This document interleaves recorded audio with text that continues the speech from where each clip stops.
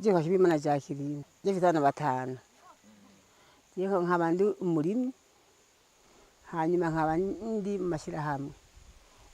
yo kurwana no gukorera hamwe twegere turakorera hamwe iyo turose ikiraka tugakora iyo turose bati ngo dukore bapatanye tugakora nk'ubwoko bwo mushyirahamwe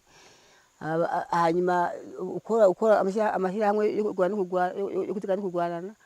wowe ufise umwana nk'umwana dufise abana biga bari mw'ishuri nk'uwo ufise ageze mu wa kane yiga hirubabi kw'ishure hanyuma uri mw'ishirahamwe ukagenda ukagurana nk'amafaranga bakaguha ukagura akaye k'abana agakaramu canke utagura akaye kabo ukagura irasiyo umwana avuye kw'ishure agashika afungura none twebwe rero mudufata mu mugongo mukadufasha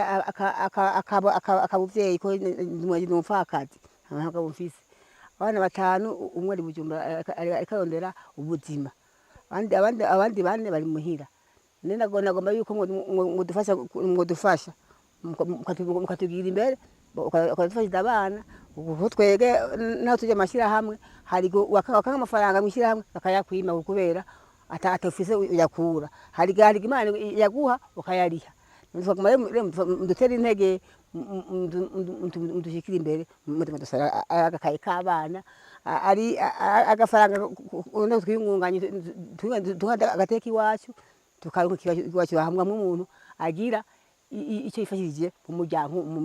ubundi bw'ubuzima bw'ijimbi nk'umuratazi ijimbi hanyene Igitega turi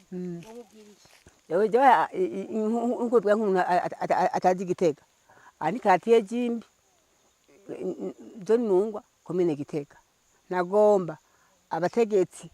baba batahazi baze baharabe badushike ko tugendere hanyuma batwazi batubishure hanyuma badushikira imbere hanyuma igihugu giteka igihugu kimwe amahoro nta ngwara zirimwo nta ngwara zirimo igihugu ubu ni nyabagendwa.